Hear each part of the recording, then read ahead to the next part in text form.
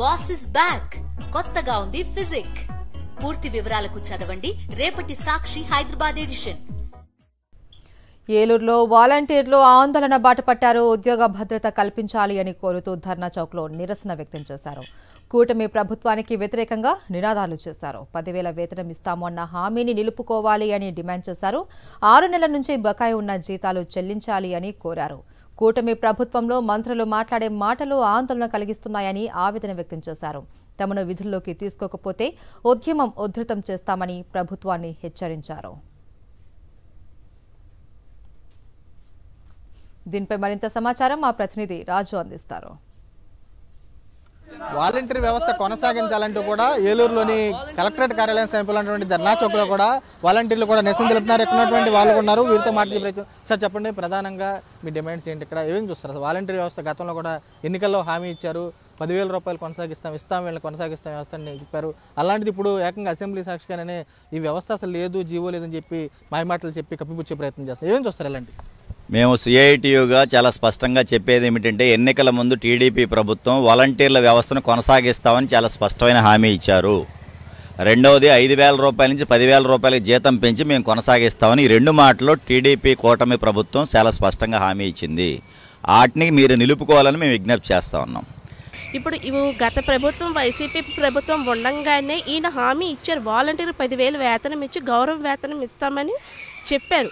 ఇప్పుడు ఓట్లు గెలిచిన తర్వాత ఆయన మమ్మల్ని అసలు మీరు లెక్కలోనే లేరు, వాలంటీర్ల కింద లేరు అని చెప్పడం ఎంతవరకు కరెక్ట్ అనేది మాకు తెలియడం లేదు. అసలు మేము ఏమంటున్నాం, మమ్మల్ని తీసుకోండి, ముందు వాలంటీర్స్ కింద తీసుకుని మీరు ఏ వర్క్ అయితే చేయించుకోవాలి సచివాలయాల్లోనే చేయించుకుంటారు, మా క్వాలిఫికేషన్ బట్టి మాకు ఉద్యోగం ఇచ్చి మా భద్రత కల్పించండి.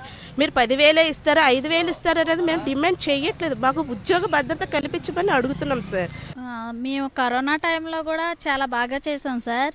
ఆ సేవ అంటే చనిపోయిన డెడ్ బాడీ దగ్గర కూడా వెళ్ళి అక్కడ అంత్యక్రియలు చేయడం కానీ, కాలువలో వరదల్లో హాస్పిటల్స్ దగ్గర కానీ, రైల్వే స్టేషన్లో డ్యూటీలు కానీ, ఇంకా వేరే దగ్గర చాలా దగ్గర వేశారు సార్. మమ్మల్ని మార్నింగ్ 10కి వెళ్ళేవాళ్ళం, ఈవినింగ్ 5కి వచ్చేవాళ్ళం. వచ్చి మేము అన్ని సేవలు చేస్తే ఇప్పుడు మాకు లేదు అని అంటే మాకు చాలా బాధగా ఉంది. మరి జీవో లేదన్నప్పుడు మన విజయవాడలో వరదలు వచ్చినప్పుడు వాలంటీర్ని ఏ విధంగా వాడుకున్నారండి? వాలంటీర్ని ఏ విధంగా వాడుకున్నారు? మరి జీవో ఉంటేనేగా వాడుకున్నట్టు, జీవో లేనప్పుడు ఏ విధంగా వాడారు? అంటే ఇప్పుడు మాకు ఉద్యోగ భద్రత ఉన్నట్టేగా. మమ్మల్ని విధుల్లో తీసుకొని మీరు ఇచ్చిన హామీలని వెంటనే అమలు చేయాలి, అలాగే మా 6 నెలల బకాయిల్ని వెంటనే చెల్లించాలని మేము కోరుకుంటున్నాం. వాలంటీర్ వ్యవస్థ పెడతారని ఆలోచించారన్న వాళ్ళు కూడా, మేము కూడా అదే కోరుకున్నాం. ప్రతి వాలంటీర్ వ్యవస్థ 10,000 ఇస్తారని ఆశపడ్డాం, ఆశ నిర్వీర్యం చేశారు. లేదని ఒక మాటతో కొల్లగొడిచారు మొన్న అసెంబ్లీ సాక్షిగా. ఈ కూటమి ప్రభుత్వం వచ్చి మీకు బెటర్గా మేము 5,000 10,000 చేస్తామని చెప్పేటప్పటికి ఇంకా చాలా ఆశపడి మేము చాలా నమ్మాము. కానీ ఈరోజు ఇలా చేస్తే మేము రోడ్డును పడిపోయాం సార్. మేము ఇంట్లో ఏం సమాధానం చెప్పాలి, జనాలకి ఏం సమాధానం చెప్పాలి, మేము చాలా తలెట్టుకోలేని పరిస్థితిలో ఉన్నాం సార్. మా పెండింగ్లో ఉన్న జీతాలు మాకు వెంటనే జమ చేసి మమ్మల్ని ఇల్లు తీసుకుని మాకు ఉపాధి కల్పిస్తే మీ పేరు చెప్పుకుంటాం సార్. కూటమి ప్రభుత్వంలో ఉన్నటువంటి మంత్రులు చేస్తున్నటువంటి వ్యాఖ్యలు ఏదో ఈ వ్యవస్థ లేదు, ఆల్రెడీ రెన్యువల్ చేయలేదంటూ చేస్తున్నటువంటి వ్యాఖ్యలు కూడా తమను బాధిస్తున్నాయి.